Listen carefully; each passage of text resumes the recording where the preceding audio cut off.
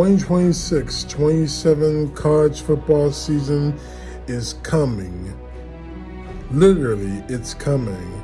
It's about 1 month away, and I can't wait. You all know I'm an Ohio State football fan.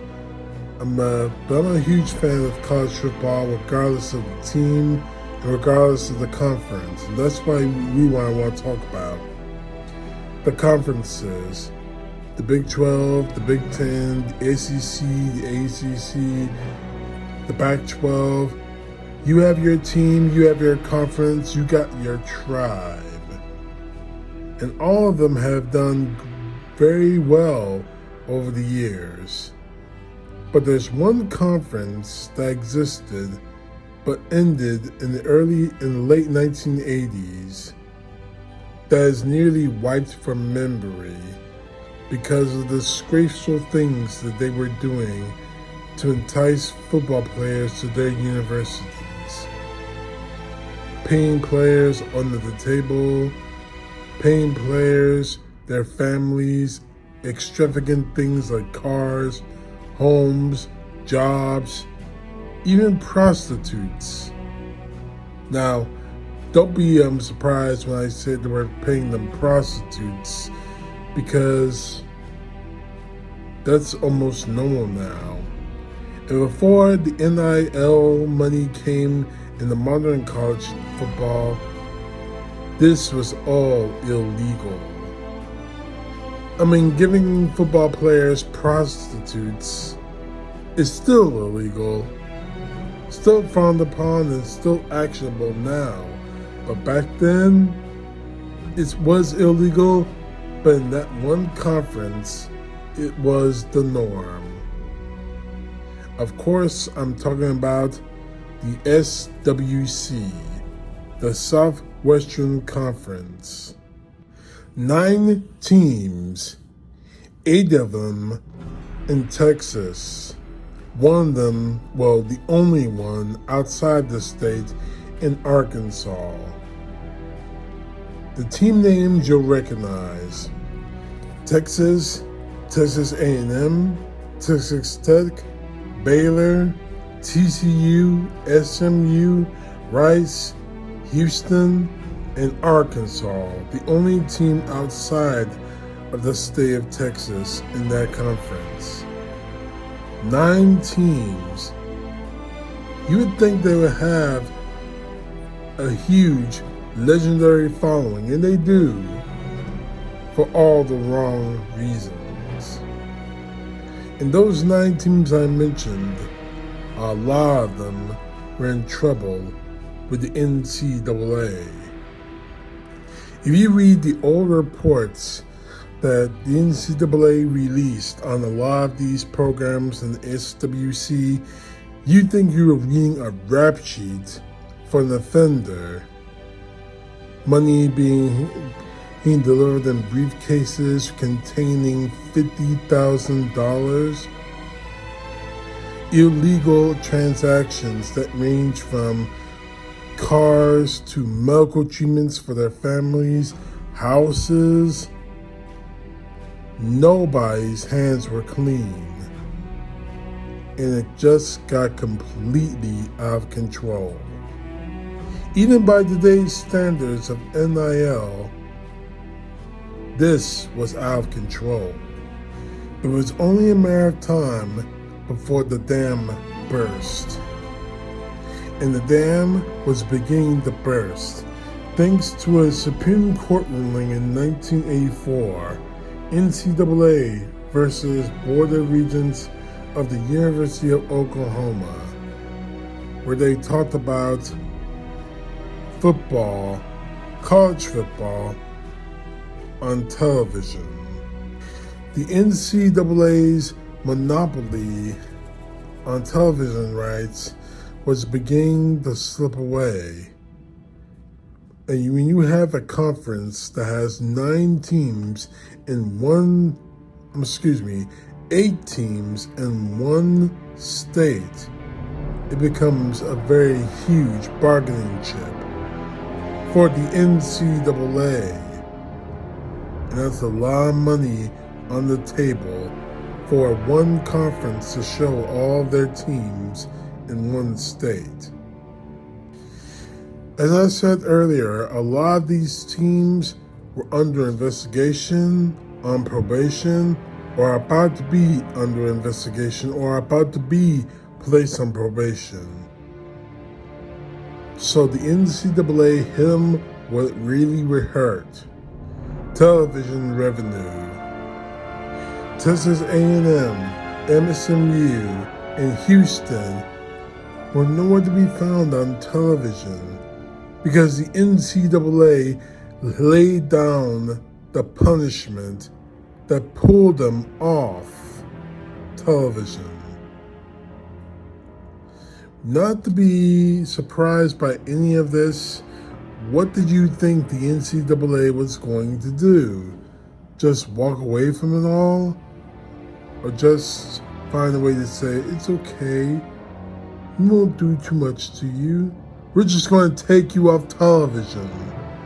Imagine if that were to happen right now in the modern day with Alabama, OSU, USC, Indiana University, now that they won a national championship. But it only gets worse. In the midst of all of this, an unlikely hero or a scapegoat, whichever way you want to look at it, rose to prominence. Enter then head coach of TCU, Jim Wagner, a Christian Puritan person, and not saying that mockingly. No, please don't misunderstand me. I'm saying that as a man who has a conscience because of his Christian upbringing and always has been told to tell the truth.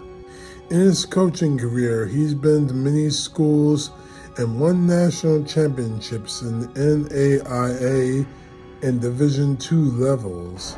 And now he's about to run with the big dogs, or should I say, the Horned Frogs, as in TCU Horned Frogs of the SWC Conference. He assumed the head coaching job at TCU as lowest point, not having won a championship for decades. And now, a man like Jim Wagner was going to save them. He took the job in '83 and did something that is, by today's standards, pretty ballsy. He wrote a letter to every coach of the SWC, urging them to stopping the cheating, the paying players in money or cars or whatever else they're giving them. Part of that letter says, and I quote, "The major violations, the blatant buying of athletes is what must come to an end, or we will self-destruct before it's all over," unquote. And he's not lying. And it was really, really ballsy for him to do that. Unfortunately, every coach in the SWC, from Texas A&M, and especially SMU, were probably laughing their butts off. Now, I'm not saying that to insult Jim Wagner and his memory, heaven rest his soul. I'm just giving you the straight up fact of what every coach has probably told themselves after reading that letter. And probably the inner monologue of what every coach was saying was, what is wrong with this guy? Are you on crack? That's probably what they were thinking. But regardless about what all the other coaches were doing, TCU was a team on the rise. In the '84 season, they went 8-4. Respectful 8-4. The team was rising, and their star running back, Kenneth Davis, was making himself into a Heisman Trophy candidate. The team was on the rise, and by 1985, their star was rising to the point where they made themselves a conference championship contender. But then, the roof caved in. Jim Welker would make a decision that could possibly have ended his coaching career in college football. He received an anonymous tip that players were being paid on TCU. He called for a team meeting of those players who were named, Davis being one of them, and the truth came out that they were being paid. Welker decided to suspend all of them. In total, 7 players, including Davis, were suspended by Coach Welker. In another gutsy call, after he suspended the players, he called the NCAA and reported himself and the players to him, pretty much saying, "We have players who are being paid by boosters. I know about it. I've taken action, and I'm ready to accept the consequences." On the field, TCU's A5 season suffered. Their chances of winning a conference championship gone. And Kenneth Davis, forget about the Heisman. The week before all this happened, their season opener was the last time he would ever touch a college football field. But the sad part about all of this is the fact that Welker actually believed, if I do the right thing, if I make the right moves, if I confess to the NCAA that my players are being played, if I tell them everything that happened, the NCAA may take pity on me or the team, and they won't have to do anything wrong. I can just move forward and forget that this ever happened, and hopefully get TCU back on top again. Unfortunately for Welker, he was completely and totally naive.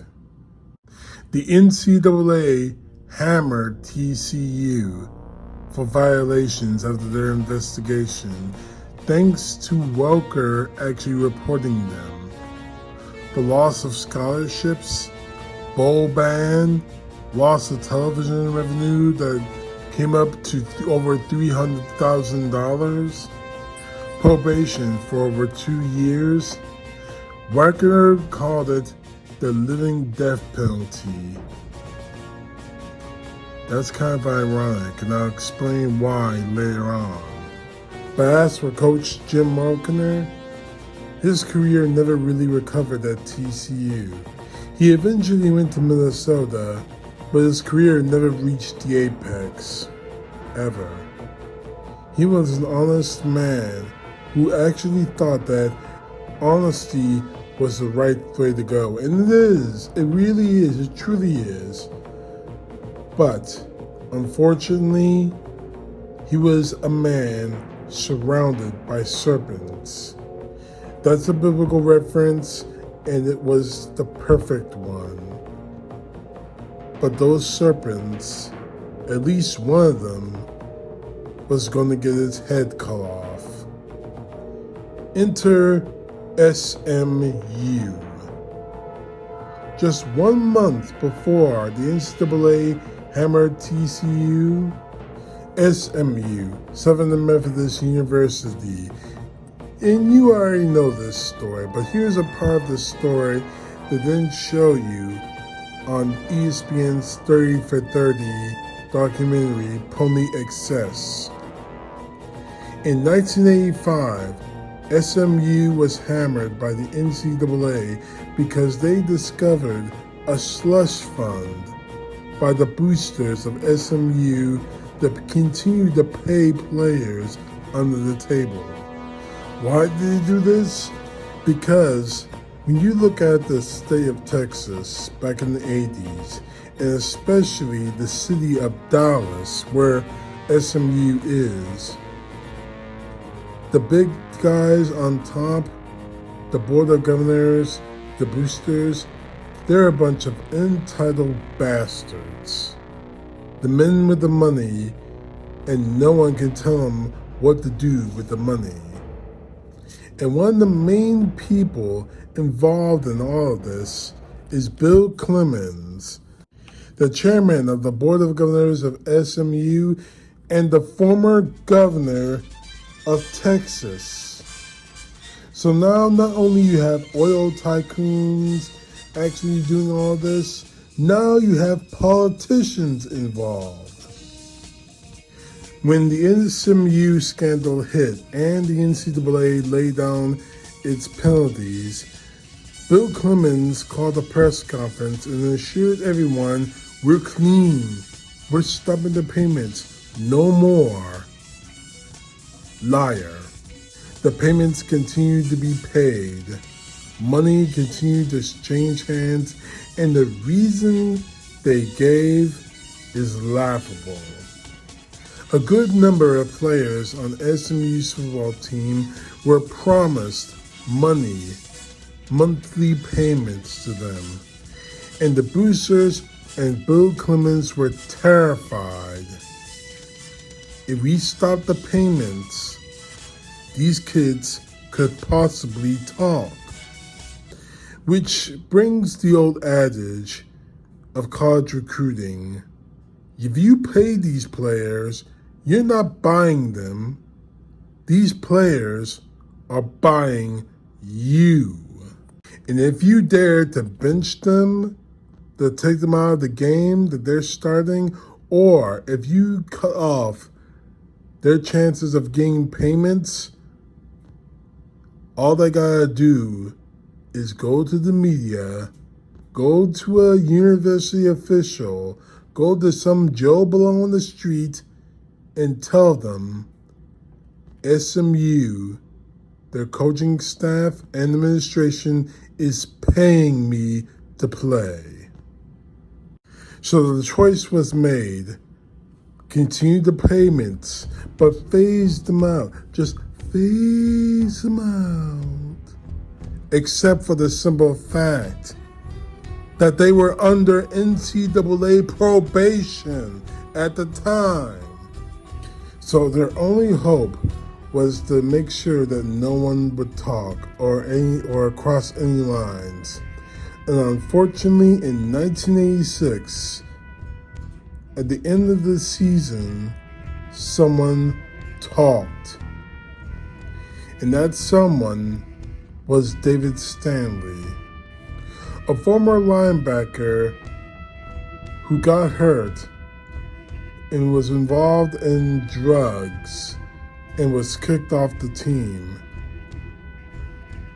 Now, the NCAA had someone who was a motivated truth teller. But first, before he talked to the NCAA, he talked to someone else. WFAA Channel 8, Dallas-Fort Worth Television. In English, he talked. He didn't just talk, he screamed. He confessed it all, saying that he was paid by SMU for his car payments. The report is as bad as it sounds. Now, I can't give you all the details. You can pretty much look it up and watch the report yourself, and trust me, it's beyond anything you would ever see on 60 Minutes. And I'm not just saying that because people said that on the documentary I mentioned earlier from ESPN 30 for 30. I actually watched it, and it was bad as you can possibly imagine. David Stanley and his family were involved in this. The head coach, the athletic director, the administrative assistant to the athletic director were also interviewed. And if you look at it, you can see that they are acting very guilty. They were handed evidence that may or may not have had money in it that could possibly bury them. And it did. Not too long after the report came out, the NCAA investigated. And in February of 1987, it was finally done. About 2 years before the NCAA laid out the repeat violator rule, with SMU and 2 other teams from the SWC conference voting against it, but still passed.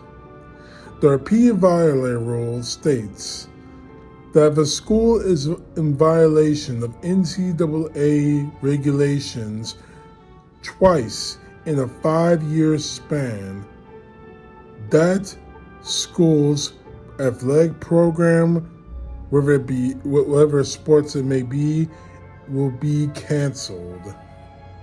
No recruiting, no games, no campus visits, nothing.